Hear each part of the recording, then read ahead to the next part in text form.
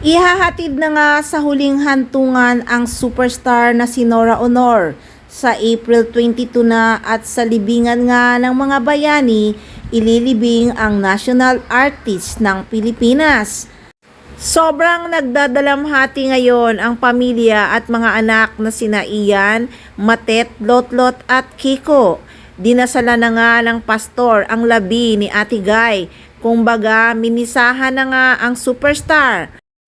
At napakasakit sa dibdib ang naging pag-iyak ng apat na anak ng superstar. Si Kiko, si Matet, si Lotlot at si Ian De Leon. Hindi talaga mapigilan ang emosyon ni Lotlot.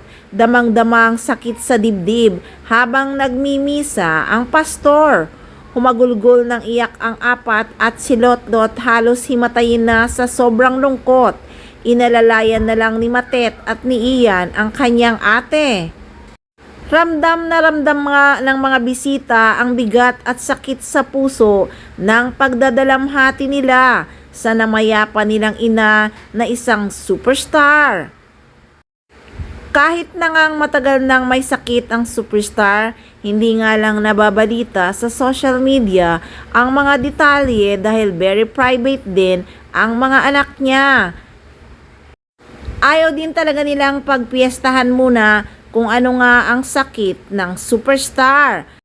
Alam mo naman sa showbiz, uso talaga ang fake news. Hindi pa nangyayari ay nangyari na sa kanila. At ayaw din nilang mag-alala muna ang mga avid fans ni Nora Aunor. Naging emotional din na nag-perform ang impersonator ni Nora Aunor na si Ate Gay.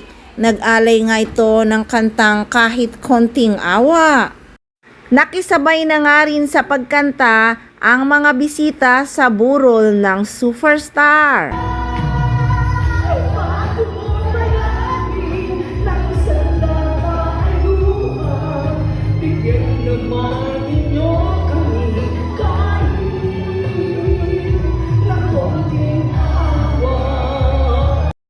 Aniya pa nga ng comedian singer, hanggat may Nora niyan, may Nora Aunor.